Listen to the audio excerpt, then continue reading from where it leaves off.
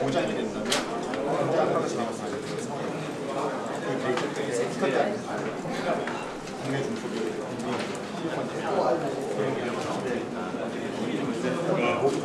기분의 힘이 풀로만 내가 봤어요. 9시에 여기 지금 사놓고 라이브 송출하니까. 아니, 지금 9시. 구상공 뉴스 저기 때문에 라이브 송출하니까. 그 다음에 발표 끝나고 바로 스포츠 들어갈 겁니다. 발표 끝나고.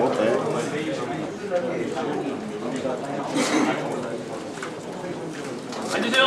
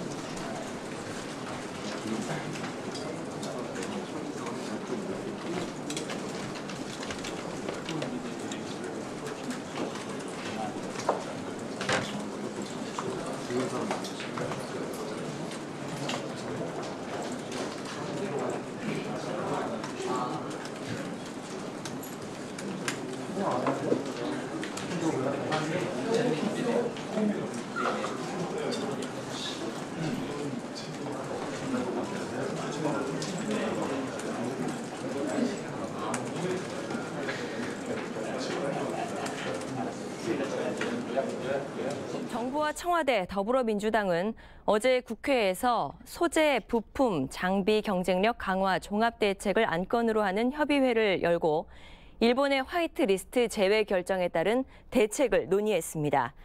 화이트리스트는 일본 정부가 안보상 문제가 없다고 판단한 안보 우방 국가로 일본의 제품을 수출할 때 수출 심사를 우대해주는 국가를 말하는데요. 여기서 우리나라를 제외한다는 겁니다. 당정청은 내년 본 예산에 일본의 경제 도발에 대응하기 위해 최소 1조 원 플러스 알파 규모의 예산을 지원하기로 결정했습니다. 당정청은 우선 자유무역 질서를 훼손하고 합리적인 근거 없이 이루어진 일본의 수출 규제 조치에 대해 깊은 유감을 표명했습니다. 또 이번 기회에 우리 산업의 대외 의존도를 획기적으로 낮추고 경제 체질을 근본적으로 강화함으로써 위기를 기회로 전환하는 데 뜻을 모았습니다. 당정청은 대응 방안으로 우리 산업의 핵심 요소인 소재와 부품, 장비 산업의 경쟁력을 강화하는 데 최우선 순위를 두고 예산과 법령, 세제, 금융 등 가용한 정책 수단을 총동원하기로 했습니다. 또 2021년 일몰 예정인 소재 부품 전문 기업의 육성에 관한 특별법 대상을 소재 부품 장비 기업으로 확대하고 해당 법령을 상시법으로 전환하는 등 제도적인 틀을 정비하기로 했습니다. 네, 산업통상자원부에서 송윤모 산업통상자원부 장관이 이제 곧 브리핑을 열 예정입니다. 네, 브리핑 함께 보시겠습니다.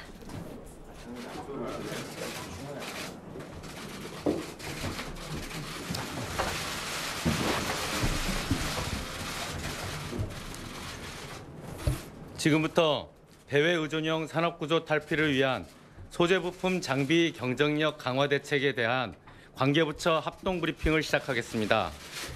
먼저 성윤모 산업통상자원부 장관께서 대책 전반에 대해서 브리핑하시겠습니다. 네, 안녕하십니까. 산업통상자원부 장관입니다. 미리 배포해드린 보도자료를 바탕으로 소재, 부품, 장비, 경쟁력 강화 대책의 주요 내용을 설명드리겠습니다. 먼저 이번 대책의 배경과 의의를 말씀드리겠습니다.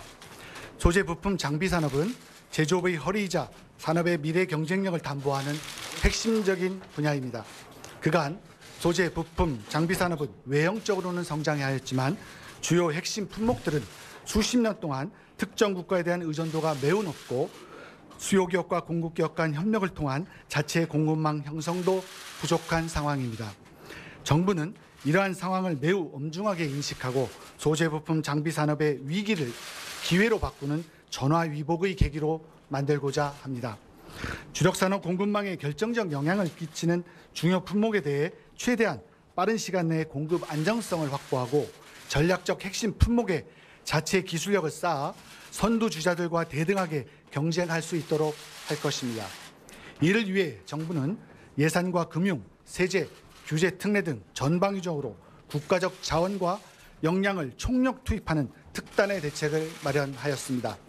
이번 소재, 부품, 장비 경쟁력 강화 대책을 통해 우리 제조업이 새롭게 혁신하고 도약하는 튼튼한 발판을 마련하도록 하겠습니다. 이번 대책은 소재, 부품, 장비 강국 도약을 위한 제조업 르네상스 실현이라는 비전 하에 크게 세 가지 전략을 추진하겠습니다. 첫째, 다각적인 공급 안정성 조기 확보. 둘째, 수요 공급 기업, 수요 기업 간 건강한 협력 모델 구축. 셋째, 강력한 추진 체제를 통한 대대적인 지원입니다. 다음으로 이번 대책의 주요 내용을 설명드리겠습니다. 먼저 100대 핵심 전략 품목들은 조기에 공급 안정성을 확보할 수 있도록 중점 지원하겠습니다. 핵심 전략 품목에 대한 수입국 다변화를 강력히 추진하겠습니다.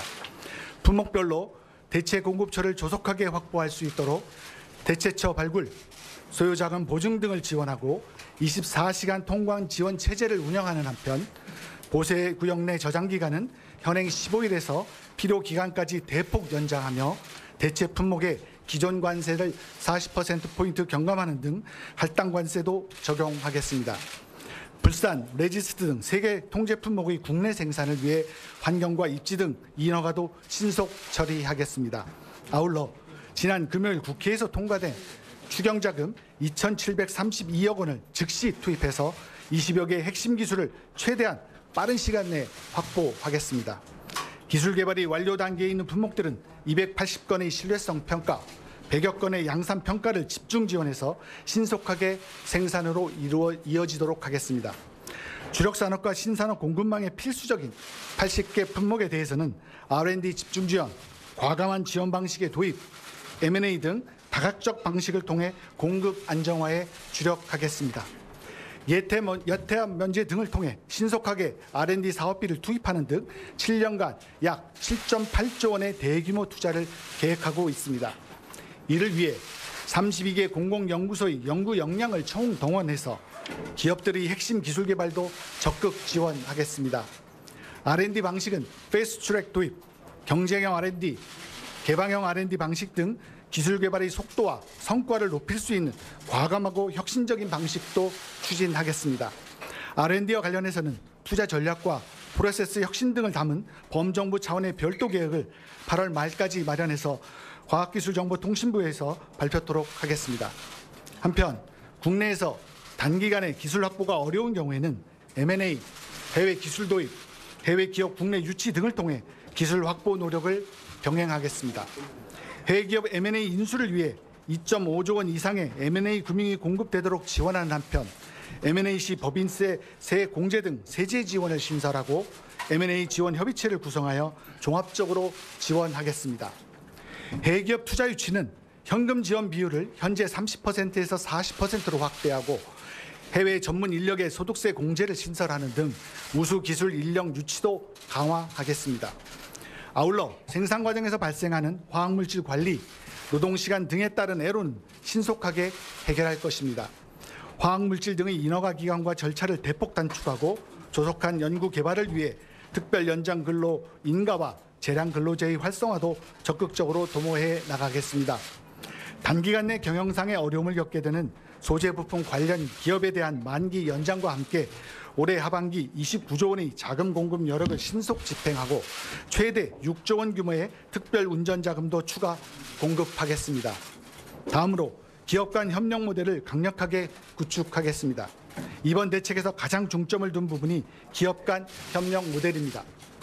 소재 부품 장비의 성공적인 개발을 위해서는 수요기업과 공급기업 간 협력, 특히 대기업과 중소 중견기업 간 상호 협력이 매우 중요합니다. 하지만 그간의 수요기업과 공급기업 간의 긴밀한 협력은 기대에 못 미친 부분이 있고 결과적으로 국내의 자체 공급망이 제대로 구축되지 못한 요인이 된 것도 사실입니다. 현재로서는 수요 공급기업 간 수직적 협력 모델과 수요기업 간 수평적 협력 모델을 중심으로 4가지 모델을 구상했습니다만 앞으로는 더 다양한 유형의 모델이 나타날 것으로 기대합니다. 이와 같은 모델에 참여하는 기업들에 대해서는 범부처 차원에서 입지, 세제, 규제 특례 등 강력한 패키지로 활성화를 지원할 것입니다. 예를 들어 수직적 협력 모델의 협동 연구 개발형의 경우에는 수요기업 기술 로드맵 공유, 공동 R&D, 핵심 품목 개발에 대한 기술 활용 R&D 등을 지원하고 수평적 협력 모델의 공동 투자형의 경우에는 핵심 소재 부품 장비 협력사를 공유하거나 공동 개발 시설에 대한 투자 사업 등이 가능합니다. 이러한 사업 유형별로 구매 조건부 R&D 연계, 양상평가 시제품 제작, 성능평가 비용 지원 등과 함께 세제 인센티브와 규제 완화 정책을 연계한다면 다양한 조합의 패키지 지원이 가능하고 협력 모델의 성공 가능성도 더 높일 수 있습니다. 정부는 협력 모델에 대한 범부처 차원의 강력한 실천을 위해 조속하게 경쟁력위원회를 신설할 예정입니다. 경쟁력위원회는 제시된 협력 모델에 대해 지원 패키지 요청 등을 승인하고 예산, 금융, 세제, 규제, 특례 등을 패키지로 지원하는 기능을 강력하게 실행할 것입니다. 무엇보다도 협력 모델의 성공을 위해서는 수요기업의 역할도 매우 중요한 만큼 수요기업의 보다 적극적인 역할을 협의해 나가는 한편 이번을 계기로 수요기업과 공급기업이 상호 윈윈할 수 있는 건강한 협력 생태계가 만들어지도록 하겠습니다. 둘째, 공급기업의 기술 개발과 수요기업의 생산 단계를 연결할 수 있도록 실증 양산 테스트 베드를 대폭 확충하겠습니다. 공급기업은 수요기업이 기술개발 투자 로드맵 정보 부족과 시제품 제작 부담, 수요기업은 양산 테스트 비용과 위험 부담 등 시장 실패 영역이 존재함을 고려해서 기술개발이 생산으로 원활하게 이루어질 수 있도록 실증 테스트 베드도 확충하겠습니다. 먼저 4대 소재 연구기관을 실증 테스트 베드를 확충하는 것과 동시에 수요기업이 보유한 양상 테스트 베드가 현재 반도체에서 자율차, 전기차 등으로 개방이 확대되도록 유도해 나가겠습니다.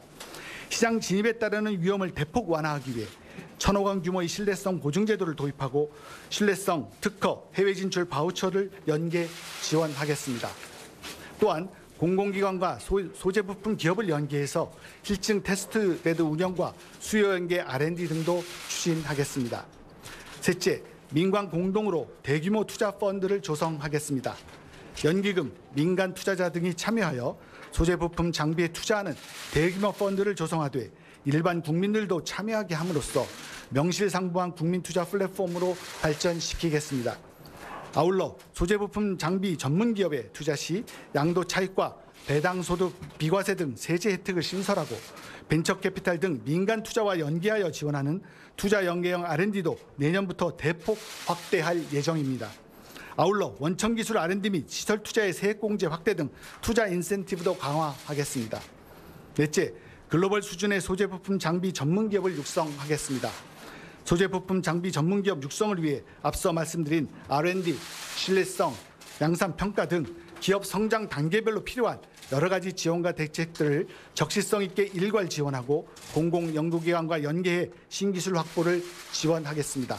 또한 성장 잠재력 있는 소재 부품 장비 기업의 저변을 확대하기 위해 스타트업 창업기업과 강소기업을 중점 육성하고 궁극적으로 글로벌 전문기업으로 성장할 수 있도록 관계부처 간 체계적인 협력도 강화해 나가겠습니다. 다섯째, 이번 대책의 일관성 있고 강력한 추진을 위해 강력한 추진 체계를 신설하고 특별법도 전면 개편하겠습니다. 소재 부품 장비 경쟁력 강화 대책을 강력하게 추진할 컨트롤 타워로 경쟁력위원회를 조속하게 신설하고 이를 뒷받침하는 실무 추진단도 산업부에 설치할 예정입니다. 아울러 법 제정 후 20년 가까이 지난 현행 소재 부품 특별법은 시장 요구에 맞게 제도의 틀과 내용을 전면 개편하겠습니다. 장비까지 대상을 확대하고 강력한 규제 특례 근거를 신설하는 등 상시법으로 전환하겠습니다. 이번에 범정부 차원에서 마련한 소재 부품 장비 경쟁력 강화 대책은 최대한 단기간 내에 중요 품목의 공급 안전성을 확보하고 나아가 소재 부품 장비 산업 자체의 특정 국가 의존 탈피와 근본적인 경쟁력 확보를 국가적 어젠다로 추진하겠다는 구체적인 실천 선언입니다. 우리 소재 부품 장비 산업은 가마우치라고 불리기도 했습니다. 특히 지금의 현실은 우리 앞에 놓인 불확실성으로 인해 어려움이 커진 것도 사실입니다. 하지만 정부는 그간 숱한 위기를 극복해왔던 우리 경제와 산업의 저력을 믿고 있으며 이번 대책에 대한 강력한 실천 의지를 가지고 있습니다. 우리 모두가 합심한다면 충분히 극복할 수 있고 그간의 가마우치를 미래의 펠리컨으로 바꿀 수 있습니다. 소재 부품 장비 산업의 대외 의존 탈피와 경쟁력 확보를 위해 정부와 함께 힘을 모아주시길 부탁드리고 정부도 국민 여러분의 기대에 맞게 최선을 다하겠습니다. 이상으로 소재 부품 장비 경쟁력 강화 대책에 대한 설명을 마치겠습니다. 다음은 박영선 중소벤처기업부 장관님께서 중소기업 관련 사항에 대한 추가 브리핑을 하시겠습니다. 네, 소재 부품 장비 경쟁력 대책에 대해서 중소벤처기업부에서 브리핑을 이어가도록 하겠습니다. 소재 부품 장비의 경쟁력 강화, 다시 말해서 소재 부품 장비의 독립은 대중소기업의 분업적 협력, 이것이 가장 중요하고 대중소기업의 분업적 협력으로 그 길을 마련할 수 있다고 생각합니다. 그래서 이를 위해서 중소벤처기업부는 조금 전 산업부 장관님이 발표하신 소재부품 장비 경쟁력위원회, 경제부총리가 위원장으로 있는 소재부품 장비 경쟁력위원회 산하에 대중소기업 상생협의회를 설치하도록 하겠습니다. 이 대중소기업 상생협의회는 6대 업종별 대기업과 중소기업이 참여를 하고 품목 선정에서부터 공동 R&D, 실증 테스트 등 다양한 상생협력 프로그램을 운영하게 됩니다. 대중소 상생협력협의회는 소재부품 장비 유망 중소벤처기업을 발굴을 하며 공장 신설 시의 환경과 입지, 규제를 소재부품 장비 경쟁력위원회에 건의를 하게 됩니다. 이에 따라서 새로운 상생협력의 모델과 문화를 만들 수 있을 것으로 기대하고 있습니다. 또한 대중소 상생 품목을 발굴 지원하도록 하겠습니다. 대중소 상생 품목이라 하면 첫째, 대기업이 필요로 하고 둘째, 국내 중소기업에서 개발 생산이 가능하고 셋째, 중소기업 제품의 판로가 대기업으로부터 보장받을 수 있는 품목을 기업으로부터 직접 발굴하는 것입니다. 이와 함께 중소벤처기업부는 글로벌 전문기업으로 커나갈 수 있는 성장 사다리의 역할을 하기 위해서 이번에 소재부품 장비 일명 소부장 100+100 프로젝트를 함께 추진합니다. 소재부품 장비 독립을 위해서는 중소벤처기업의 육성이 무엇보다도 중요하다고 하는 것은 너무나 자명한 사실입니다. 따라서 이번에 국회를 통과한 추경 예산을 활용을 해서 금년 내에 강소기업 100개사를 선정 완료하겠습니다. 선정된 기업에게는 R&D, 기술 이전, 성장 자금을 집중 지원합니다. 또한 2020년 내년부터는 향후 5개년간 소재부품 장비 분야 스타트업 100개사를 선정 육성하도록 하겠습니다. 세 번째로 소재부품 장비 투자 펀드에 대해서 말씀드리도록 하겠습니다. 모태 펀드를 통해서 대중소기업 상생 기반의 소재부품 장비 전용 벤처 펀드를 3천억 규모로 조성하겠습니다. 전용 펀드는 소재부품 장비 R&D 추진 기업과 핵심 기술 보유 기업 M&A에 집중 투자될 것입니다. 핵심 기술이지만 범용성이 낮아서 기술 개발 수요가 적은 경우 R&D 성공 가능 시에 투입 비용과 인센티브 지급을 조건으로 지원하는 후불형 R&D 도입도 검토하도록 하겠습니다. 기업이 희망하는 경우에는 R&D 결과물을 공공 부분에서 구매하여 활성화하는 방안도 강구하도록 하겠습니다. 그동안 중소벤처기업부는 7월 15일에 전국 12개 지방중기청에 일본 수출 규제 애로 신고센터를 설치해서 현장과 긴밀히 소통을 해왔습니다. 현장에서는 화이트리스트 배제 시에 개별 허가 90일간 물량 확보 애로 등으로 추가 자금 수요가 발생할 것을 우려하고 있습니다. 이에 따라서 추경 예산을 활용해서 경영 안정 자금 등 총 1조 5천억 원의 자금을 신속히 집행할 계획입니다.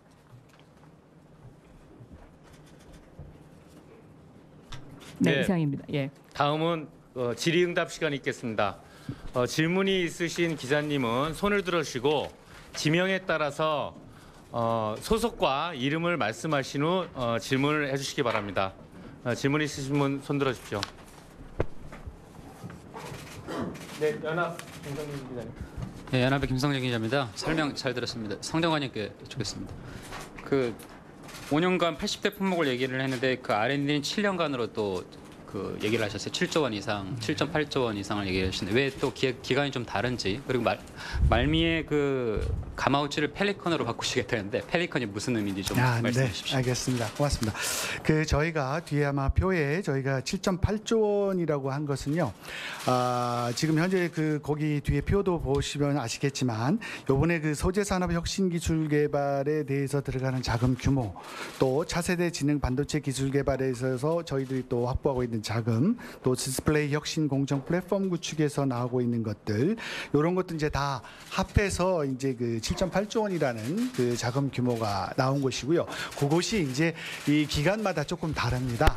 현재 또 딱 5년간이 되어 있는 것도 있고 사업 기간 26년, 29년, 25년, 27년이 다르기 때문에 이제 저희가 요거를 총 합쳐서 7.8조 원 규모로 말씀을 드린 거고요. 현재까지 확보된 우리 소재 부품 장비 쪽에, 그리고 지금 현재 80개하고 100개에 대해서 5년 내에는 우리가 주요 이번에 핵심 품목으로 저희들이 생각하고 있는 품목들에 대해서는 20개에 대해서는 단기적인 공급 안정성을 확보를 하고 5년 내에 80개 품목에 대해서도 확보하겠다는 그런 내용으로 봐주시면 좋을 것 같습니다.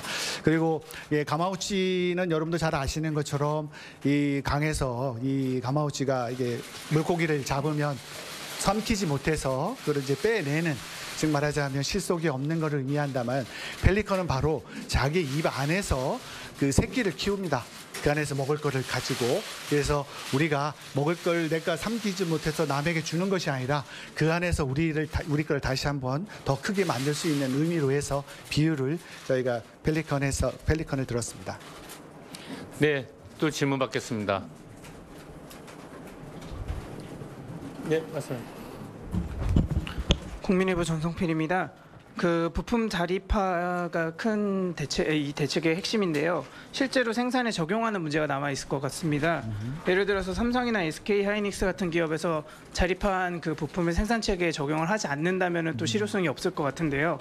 정부로서는 어떻게 이 대책의 실효성을 평가하고 있는지 궁금하고요. 또 자립화 이후에 실제로 기업들이 생산에 적용을 하지 않는 문제가 있을 것 같아요. 그럴 경우에는 정부로서 어떤 대책 마련하실 건지 궁금합니다. 네, 이번에 저희가 기존의 우리 소재 부품 장비 산업의 일률적인 좀 성장을 이룩했습니다만 저희가 반성을 하는 것이 가장 중요한 것 중에 하나가 바로 이 R&D서부터 시작을 해서 양산까지의 연결이 쉽지 않았다는 겁니다. 그건 바로 뭐냐면 수요 기업과 공급 기업 간에 서로 이해관계가 달랐다는 이야기죠.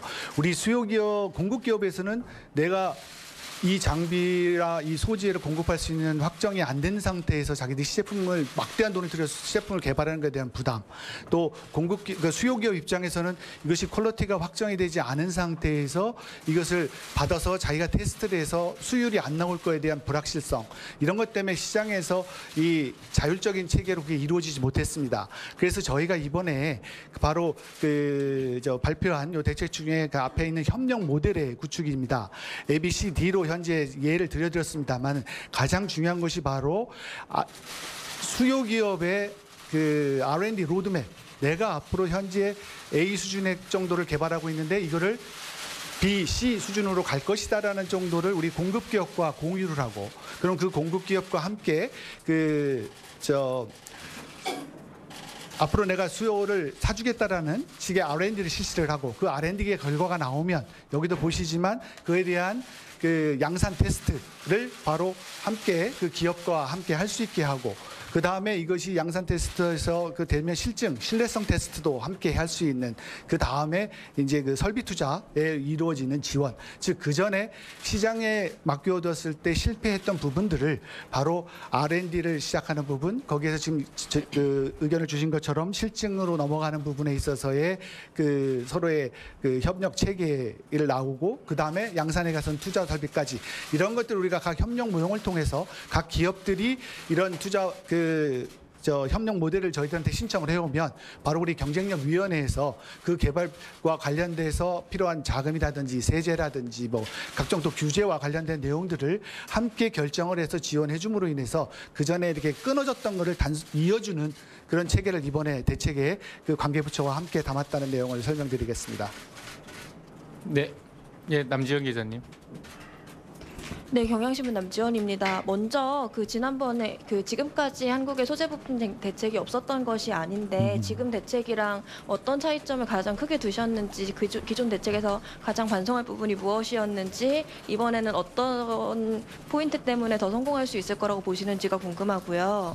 그리고 여기 그 R&D 예산 앞으로 7.8조 원이라고 하셨는데, 그러면 본 예산에 편성을 할 텐데 올해 기준 R&D 예산 20.5조 원인데 이게 대폭 늘어나는 건지 아니면은 기존 R&D 예산 중에 일부 삭감하고 그 자리로 들어가는 건지가 궁금하고, 세 번째로 그 약간 이런저런 규제 완화 대책을 조금 넣으셨는데 궁금한 게 그 수도권 산단 물량 우선 배정은 그 소재 부품 장비 경쟁력 강화와 어떤 관계가 있는지를 좀 설명해 주시면 좋겠습니다.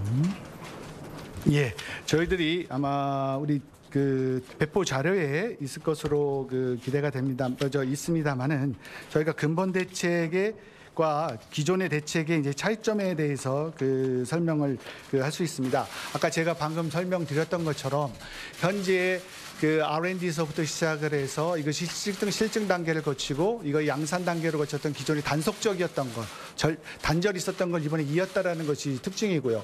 그 다음에 우리가 R&D를 할 때 그 전에 방식에 있어서는 그 과제를 선발하고 기획을 하고 뭐 여러 가지 아주 그 과정이 많았는데, 이번에는 패스트 트랙을 선정을 하고 이번 8월 말에 우리 과기부에서 확정을 더 구체적인 내용을 발표를 할 것입니다만은, 이번에는 그 필요하다면 우리 자체 개발만이 아니라 해외로부터 M&A를 해서 확보를 하고 또 기술을 도입해서 개발을 하게 되고, 또 아니면 관련 해외 기업을 우리 국내로 유치하는 어떤 다원적인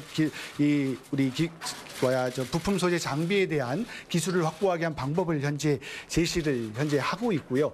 그렇기 위해서 우리가 그 협력 모델을 만들었다는 문제, 또 우리가 민간에 대한 투자, 이게 정부만 이렇게 가는 것이 아니라 민간과 함께 가야 되기 때문에 민간들이 우리 정부나 기업기 함께하는 이런 소재 부품 장비 개발에 대해서 이렇게 적극적으로 투자할 수 있는 이런 투자에 대한 시스템을 만들어야겠다는 내용이고요. 그에 대한 관련된 세제와 여러 가지 지원책을 만들었다는 것이 주요 특징으로 살필 수 있고, 이거를 한 번에 그치는 것이 아니라 앞으로 항구적으로 계속적으로 추진해 나가기 위해서 경쟁력 강화 위원회를 만들고 법도 이번에 항시법으로 제정하는 등 그 추진할 계획이라는 점이 주요 달라진 점이라고 말씀을 드릴 수가 있고요.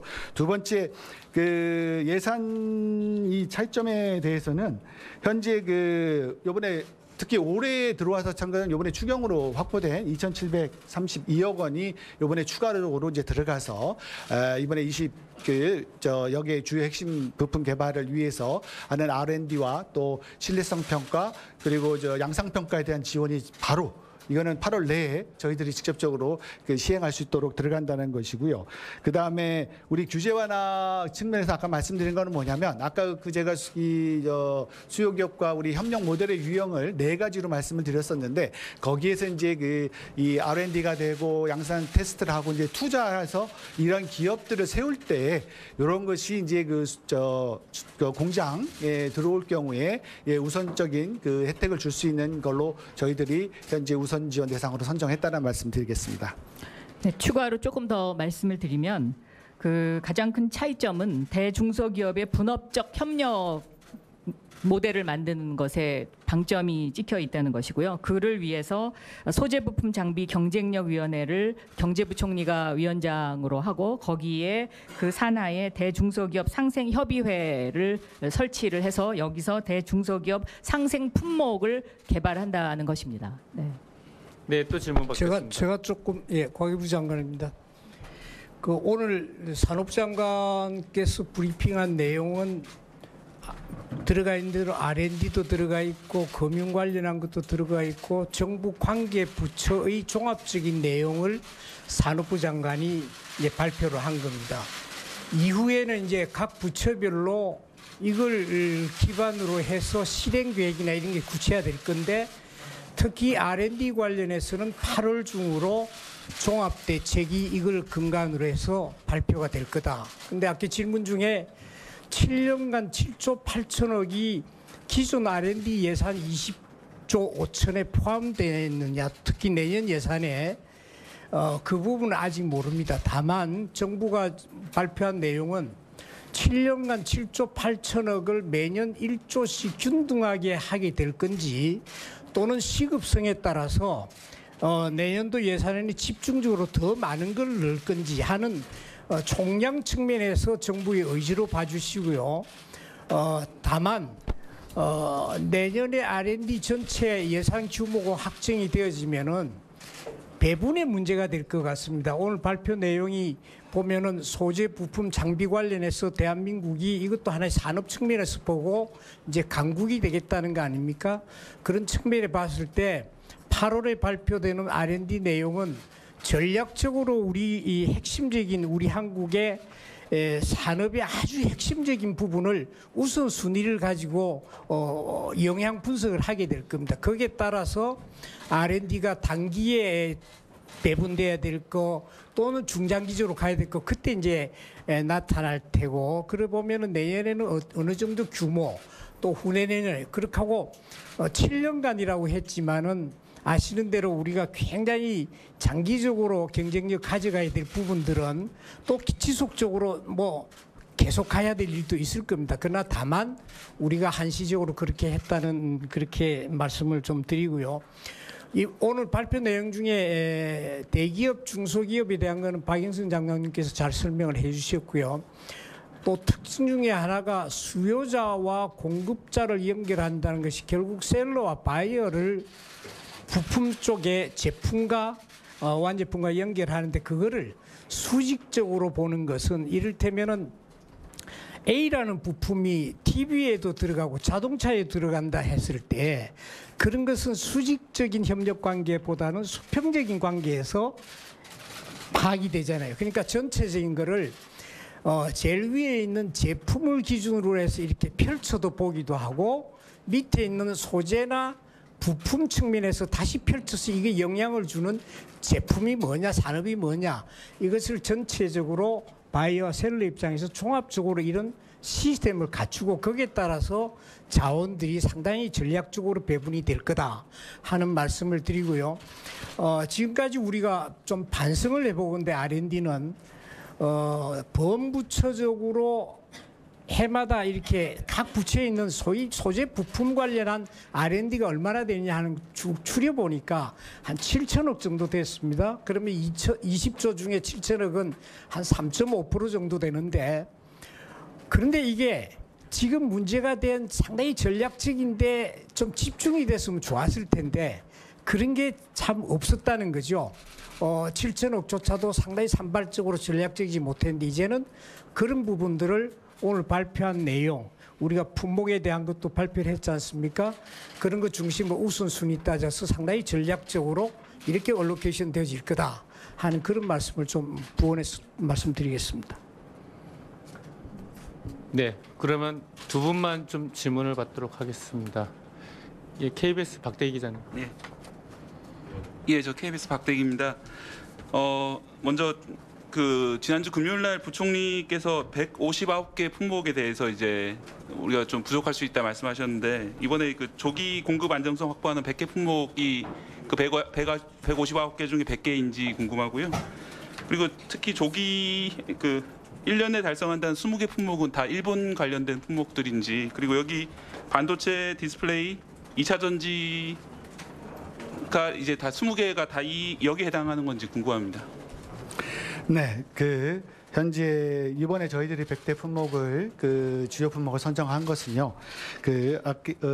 지난번 화이트리스트를 통해서 저희들의 산업적으로 영향도가 있을 수 있는 품목 150개 품목을 선정한 중에서 또 핵심적으로 또 보다 더 전략적으로 필요한 부분이 들어가 있습니다. 그렇지만 그것만은 아니고요. 또 화이트리스트에 뿐만 아니라 또 없어더라도 우리들에게 시급히 우리 소재 부품 장비 쪽에 필요한 핵심 전략 품목들을 포함했다는 말씀을 드리겠습니다. 그리고 거기 우리 아마 자료를 보시면 나올 텐데요.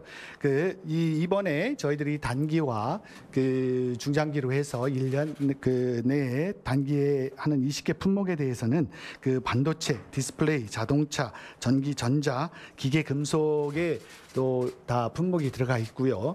또 나머지 100개 품목의 단기와 중기가 다 품목이 다 여러 가지가 같이 다 펼쳐져 있는 내용이 되겠습니다. 물론 일본이 처음에 얘기했던 3개 품목에 대해서는 단기 품목에 포함되어 있다는 말씀을 드리겠습니다. 그리고 일본에 대한 품목만은 아니고요. 이거는 우리가 어떤 특정 국가의 의존도가 심한 것들, 그러면서 저희들이 이 관련에 대해서 핵심 전략적으로 개발해야 될 품목들을 전문가들과 업계와 또 같이 함께 상의해서 선정되었다는 사실을 또 말씀드리겠습니다. 네, 한 분만 더 질문 받겠습니다. 제일 마지막에 계시고. 예, 저 서울경제 양종곤 기자입니다. 이번 대책이랑 조금 다를 수도 있는데요. 지금 지방의회에서 조례 중심으로 전범기업 공공구매 제한 움직임이 커지고 있습니다. 중앙정부에서도 이런 방향으로 공공조달 시장에 개입할 수 있는지, 가능성이 있는지 궁금합니다. 다시 한 번만 정확하게 말씀 주시겠어요? 지금 지방의회에서 조례 중심으로 전범기업에 대한 공공구매 물품 제한 움직임이 지금 커지고 있잖아요. 이 부분 관련해서 이제 중앙정부도 공공조달시장에서 전범기업에 대해 유사한 대책이나 개입 가능성이 있는지 궁금해서 질문드렸습니다. 전범기업에 대한 지금 현재 정부 차원에서 중앙정부 차원에서 특별하게 검토하고 있는 사항 없습니다. 네. 예, 이상으로 오늘 관계부처 합동 브리핑을 마치도록 하겠습니다. 감사합니다.